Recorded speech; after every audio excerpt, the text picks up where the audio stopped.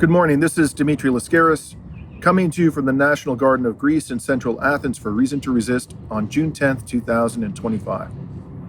Today, I'm going to speak to you about some very important recent developments relating to Israel's genocide in Gaza. Let's start with the extraordinary story of the Freedom Flotilla Coalition.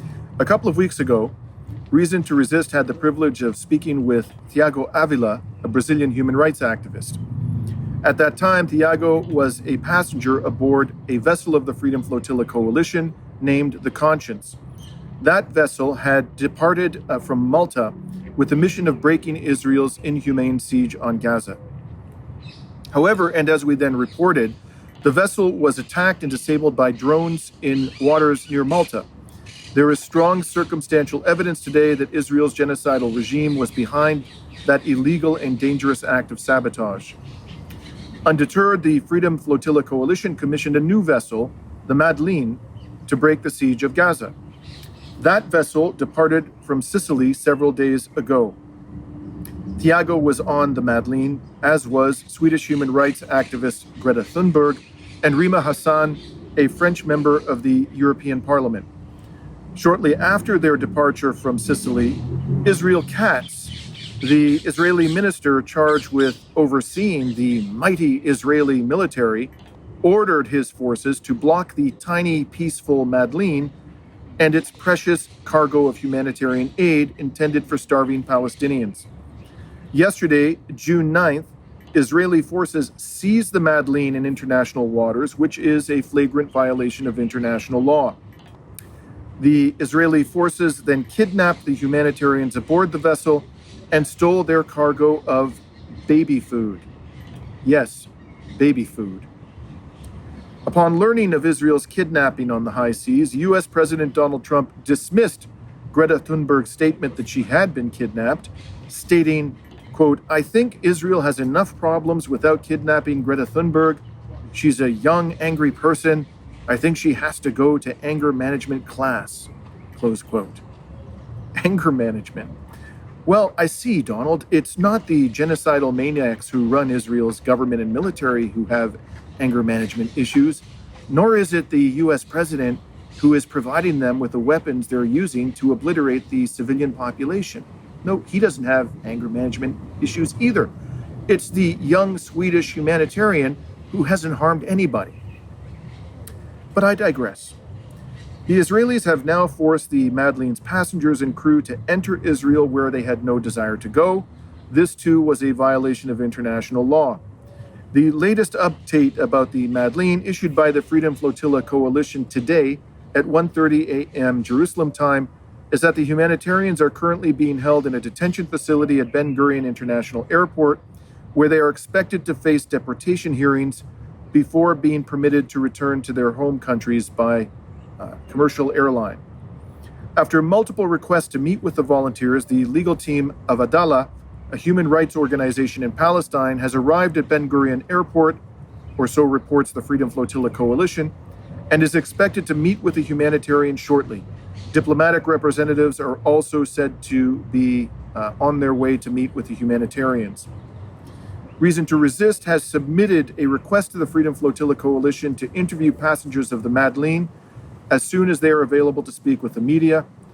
In the interim, Reason to Resist salutes the heroic courage of these passengers and crew of the Madleen and the extraordinary determination of the organizers of the Freedom Flotilla Coalition. Now, I have one other observation about the mission of the Madleen. What a wonderful thing it would be if the Madleen's legendary mission inspired hundreds of boat owners in the Eastern Mediterranean to set sail for Gaza themselves. Some of you might remember a mission referred to as the Little Ships of Dunkirk.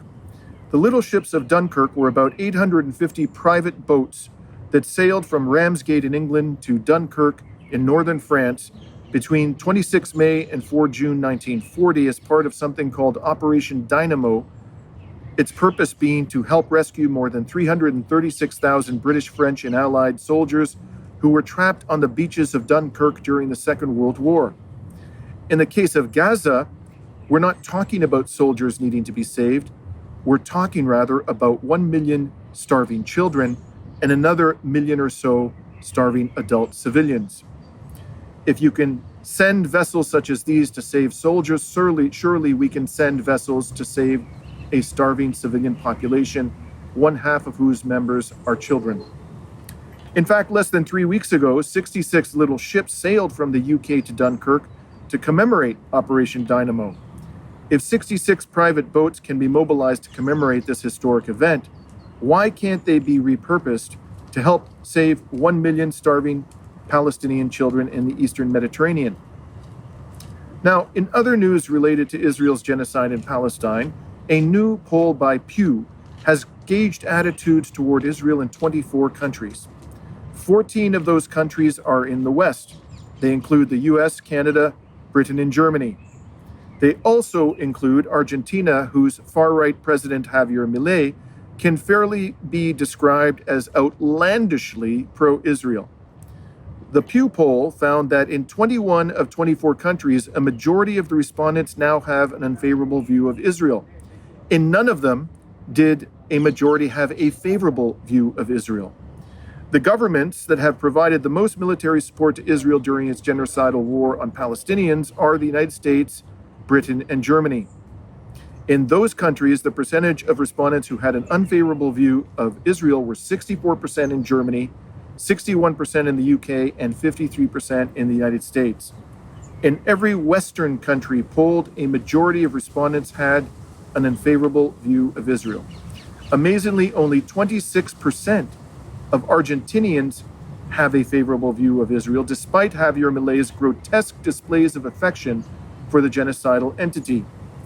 In Greece, where I'm currently situated, the poll found that 72% of Greeks have an unfavorable view of Israel, while only 23% have a favorable view.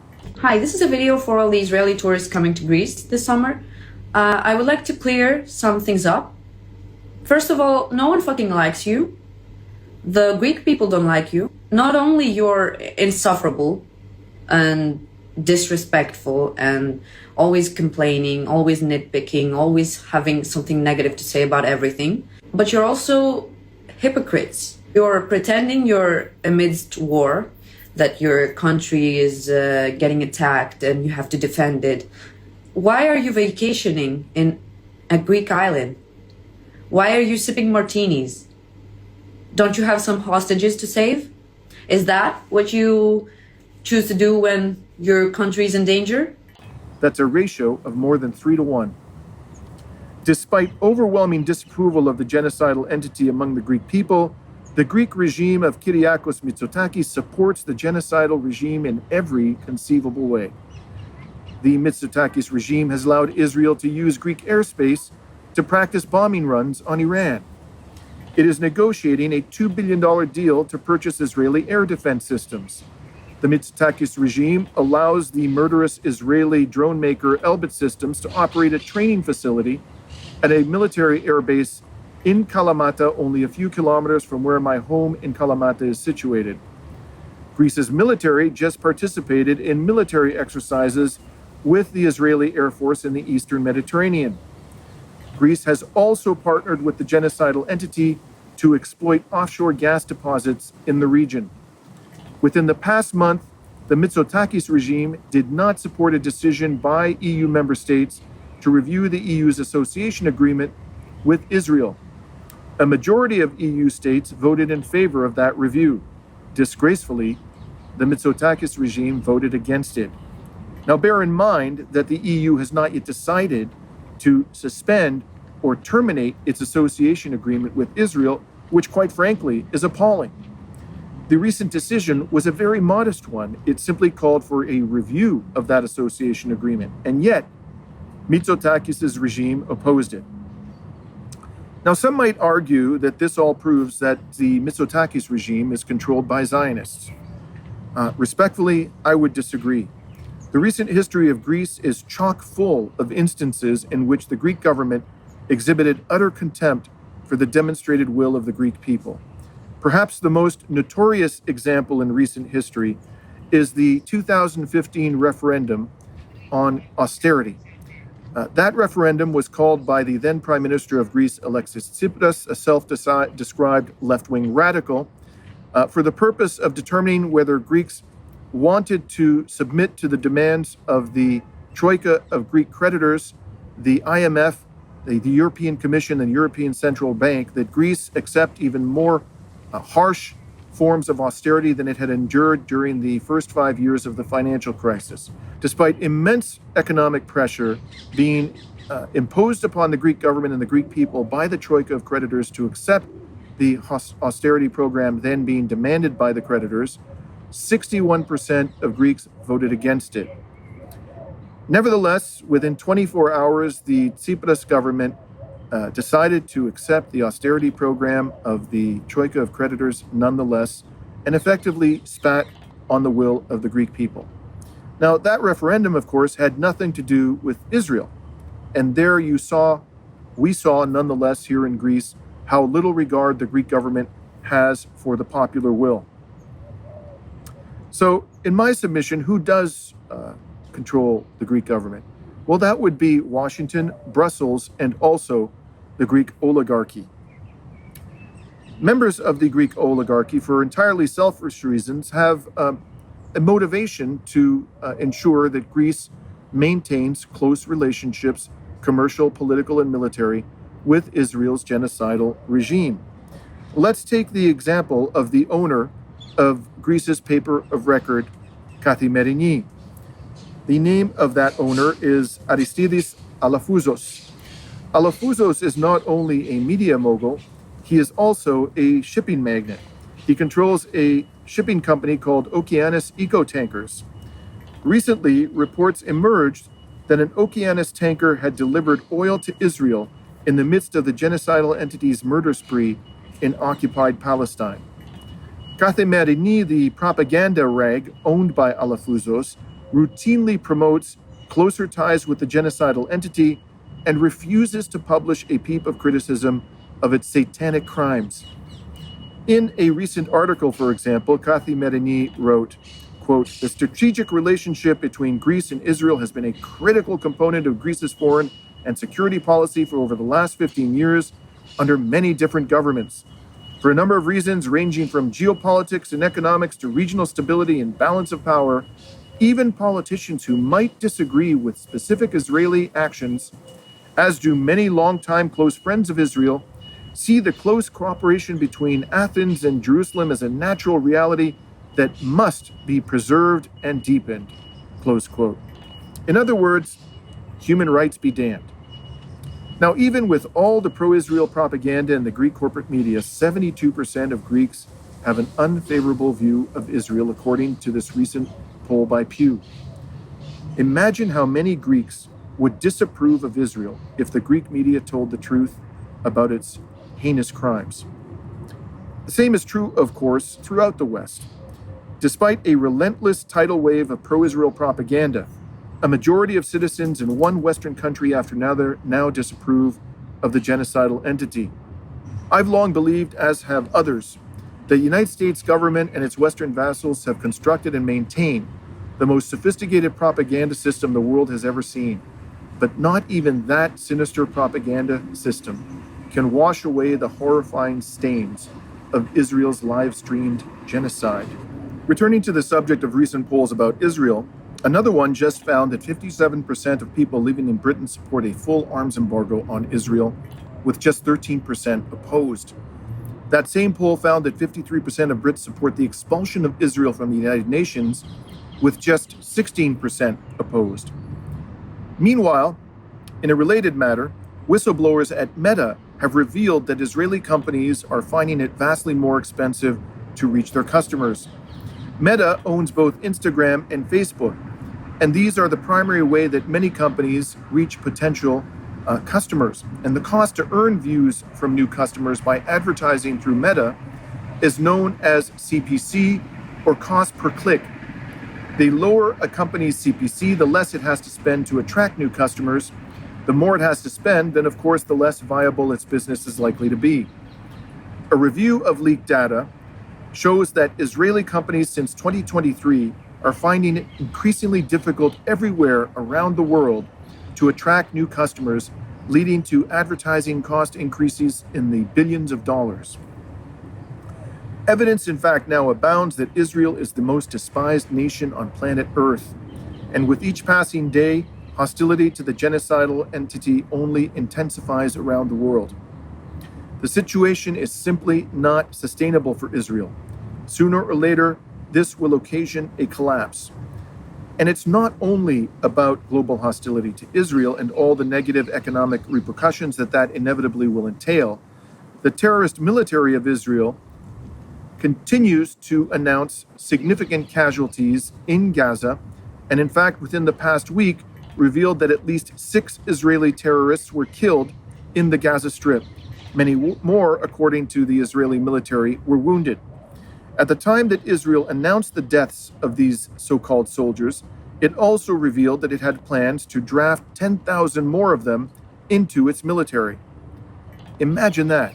After all the destruction that Israel has inflicted upon occupied Palestinians, the Lebanese, and Syria, it needs to draft another 10,000 soldiers into its military. Now, for purposes of enlarging its genocide forces, the Israeli military has announced that it plans to target Israel's ultra-Orthodox community. In response, ultra-Orthodox parties in Netanyahu's coalition are threatening to support a bill calling for early elections in Israel. In other words, those parties might well bring down the Netanyahu regime in the days ahead. On top of all of this, we now have news that Iran has scored a major espionage victory against Israel's genocidal regime. Iranian state TV report that, quote, Iran's intelligence apparatus has obtained a vast quantity of strategic and sensitive information and documents belonging to the Zionist regime, close quote. Iran's government is now threatening to publish this data. The Iranian claims follow months of reports out of Israel that authorities there have arrested numerous citizens on charges of spying for Iran. In the days ahead, of course, Reason to Resist will continue to follow the Iranian espionage story closely. Now, when this genocide began, I predicted that Israel would suffer a strategic defeat. I'm more convinced of that than ever. I do not regard this view as one of optimism. And in fact, to be perfectly candid about it, I don't have much time for optimism. I believe that the best way to navigate the treacherous waters of this world is to be realistic and to be faithful to the maximum possible degree to the evidence before our eyes, objectively evaluated. And if the evidence militates in a change of course of action in order to avoid outcomes that we seek to avoid, then we should do that. And if the evidence suggests that we should continue down the path we are currently on in order to achieve our desired objectives, then we should do that as well. Ultimately, realism, in my view, is the best way to achieve our goals in life and as a collectivity. However, having said that, I do not believe that, however grim the evidence may seem, that we have the luxury of despair or despondency. We simply have to maintain what I would describe as a warrior spirit, and that is a determination to achieve our objectives no matter how difficult the achievement of those objectives may seem. We, my friends, are in a multifaceted war. We have no time for despondency. We have no time for pessimism. We have to roll with the punches, shall we say. And just imagine, to dramatize my point, the situation that the peoples of the Soviet Union found themselves in during the Second World War. The Soviet Union sustained 27 million casualties at the hands of the Nazis. This was far more casualties than any other country sustained in the defeat of Nazism. There must have been surely many dark, difficult moments for the peoples of the Soviet Union, particularly in the legendary Battle of Stalingrad, but they did not succumb to despair. Ultimately, they were steadfast, they were strong, and they endured. And that is precisely what we must do, and we can do, in order to achieve the better world that all people of conscience desire today. Now, the final thing I want to talk about today is that I'm about to get on a plane and return to Canada after an absence of several months. This has been a rather lengthy absence, one that has been occasioned by many different factors, including my trip to Lebanon in February of this year, where I attended the funeral of Hassan Nasrallah, the former leader of Hezbollah, who was assassinated by Israel last year. And I attended that funeral in my capacity as a member of the press. I also traveled to Iran recently, again in my capacity as a member of the press. And I spoke there to several Iranian officials who were under sanction. Now, as I previously discussed on Reason to Resist, comrades of mine, people who are not just comrades, but friends of mine in Canada, have been subjected to interrogation by the Canadian intelligence service known as CSIS upon their return from countries deemed undesirable by the Canadian government. One such person was Tamara Lawrence, a peace activist whom I've interviewed on Reason to Resist. She was interrogated by CSIS upon returning from a women's peace conference in Moscow, or in St. Petersburg, I should say. Two other comrades and friends of mine who had to undergo the same experience were Professor Radhika Desai and Professor Alan Freeman of the University of Manitoba. They were interrogated by CSIS upon returning from the Valdai conference in Moscow. Apparently, the Canadian government and intelligence service took great exception to the fact that Professor Desai, during a Q&A at the Valdai conference with Vladimir Putin, asked the Russian president to react to the disgraceful episode in Canada's parliament last year when the parliamentarians gave 2 standing ovations to a Ukrainian Nazi. As you can imagine, the Russian president had some choice words for the Canadian Parliament in response to Professor Desai's question, all of which precipitated calls for various forms of punishment to be inflicted upon her by the neocons in Canada. I've had to endure something very similar, in particular after attending the funeral of Hassan Nasrallah in Lebanon in February of this year. A number of neocons and Zionists on social media called for me to be arrested upon my return to Canada, and others called for CSIS to prevent me from re-entering the country. I have some news for these people. Attending a funeral, even of a figure deemed undesirable by the Canadian government, and doing so in one's capacity as a member of the press, is not a criminal offense, at least not at this time, and let's hope that it never becomes one. Nor is it a criminal offense to interview people who are under sanction by the Israeli government. And furthermore, CSIS has no lawful authority to prevent a citizen of Canada, of which I am one, from re-entering the country, however much CSIS may dislike that person. Having said all of this, I'll be curious to see whether CSIS decides to add me to the list of people, conscientious citizens who are doing nothing more than trying to share information about the realities of this world with their fellow citizens, whether it'll subject me now to interrogation. If it does attempt to do so, you can be sure you'll hear about it from me on Reason to Resist. For now, I'm signing off from Athens, Greece on June 10th, 2025, and look forward to reporting again to you upon my return to Canada.